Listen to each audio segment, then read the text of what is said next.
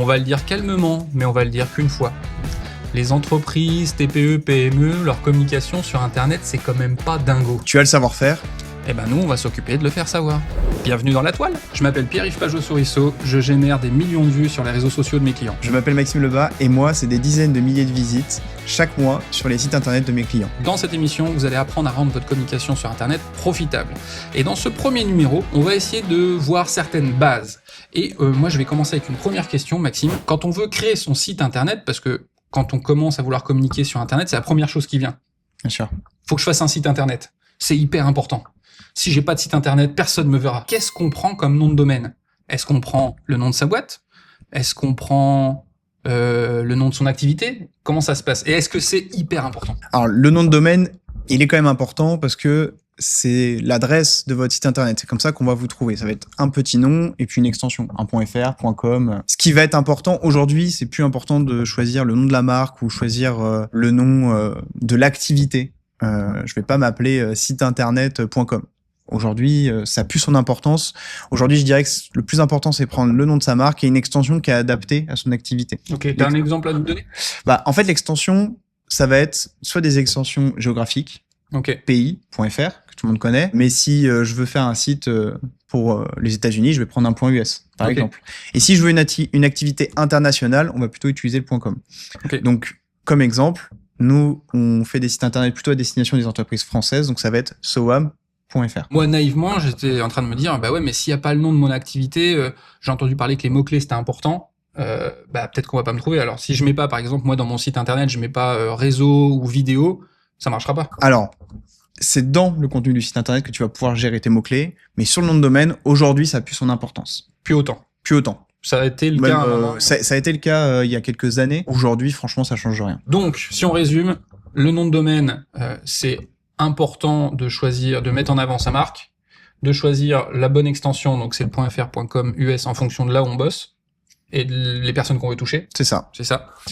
Et finalement, le référencement et tous les mots-clés, on le verra plus tard avec toi, c'est plutôt dans le corps du site. Exactement. Ok, très bien.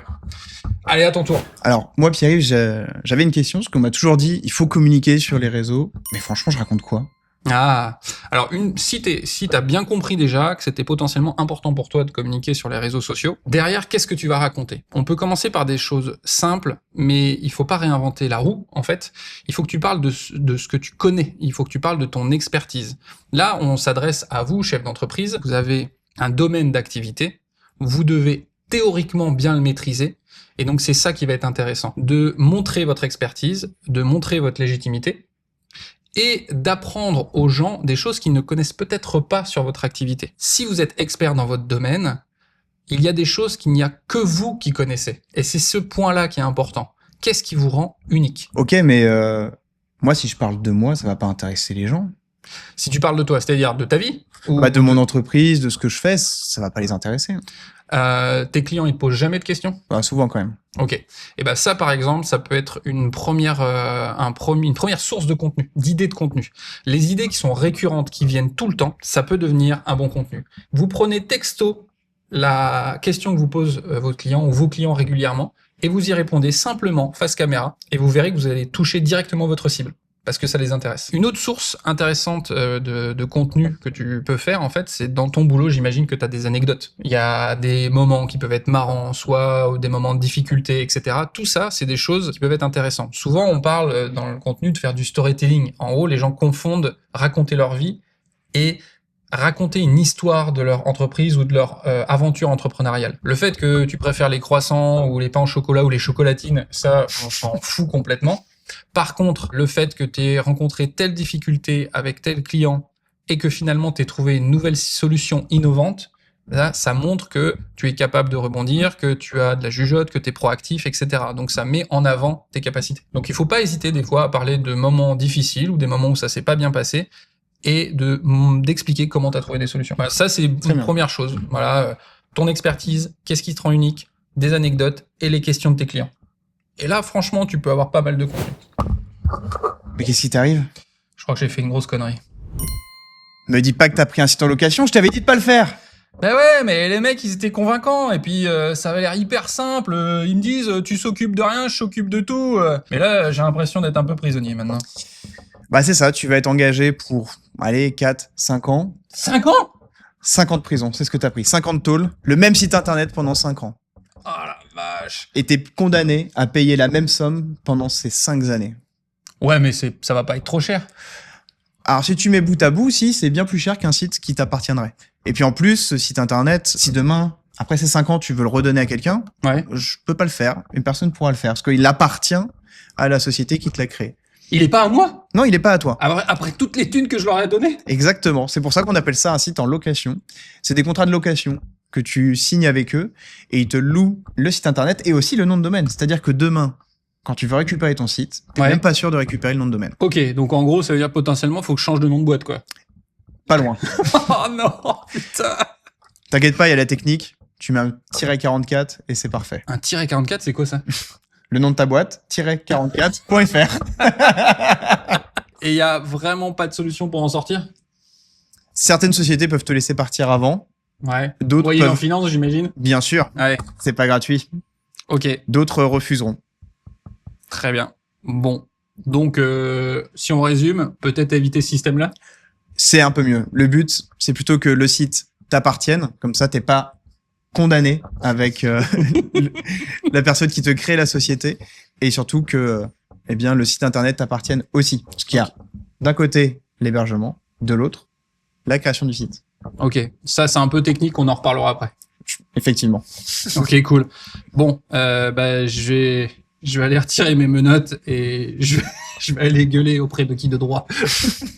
Bon, Pierre-Yves, c'est bon, j'ai compris. Il faut que je communique sur les réseaux sociaux. Je sais pas par lequel commencer. Il y en a tellement, je sais pas comment faire. Alors c'est vrai qu'aujourd'hui, maintenant, entre Insta, Facebook, YouTube, LinkedIn, TikTok, on ne sait pas lequel prendre. Souvent, quand on est une entreprise, on dit que la voie royale, c'est LinkedIn. À juste titre. Surtout quand on travaille en B2B, ça a du sens.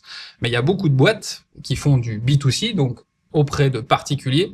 Et les particuliers, ils sont pas forcément sur LinkedIn. Dans ce cas-là, il y a vraiment intérêt à aller observer les autres sites internet. Donc si on fait un petit résumé, on en parlera peut-être plus précisément pour chaque réseaux sociaux. LinkedIn, c'est du pro à pro la plupart du temps. Facebook et Instagram, tenus par la même boîte qui s'appelle Meta, vont s'adresser à peu près aux mêmes personnes, mais peut-être pas les mêmes tranches d'âge. Donc Facebook, on dit souvent que c'est maintenant le réseau des boomers. En fonction des régions, du lieu, en fait, ça peut avoir vraiment beaucoup d'intérêt d'aller sur Facebook.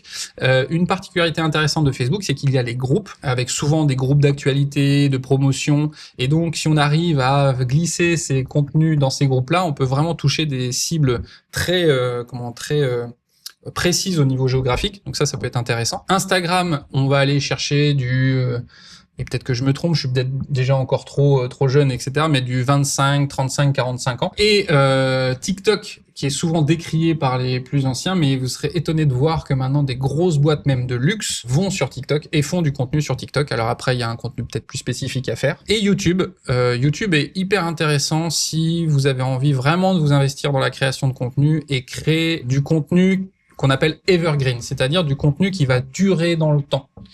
Sur tous les autres réseaux où c'est de la vidéo courte, bien souvent, votre vidéo, elle va avoir un pic d'audience sur quelques jours, 1 ou 2 semaines parfois.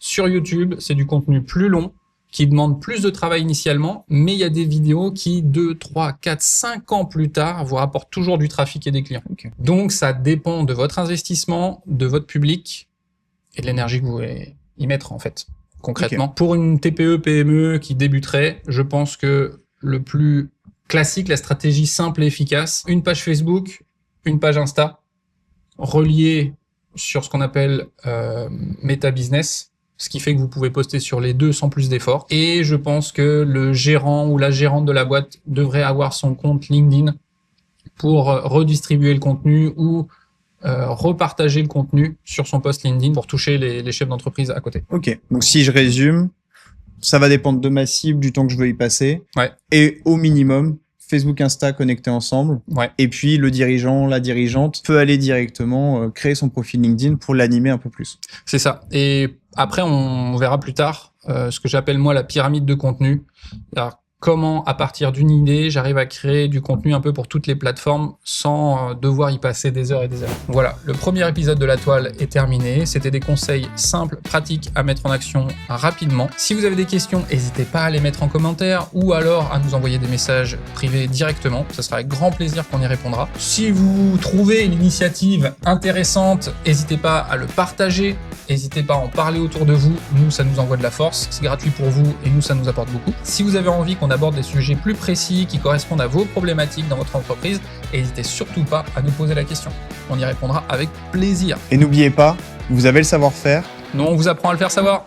À bientôt.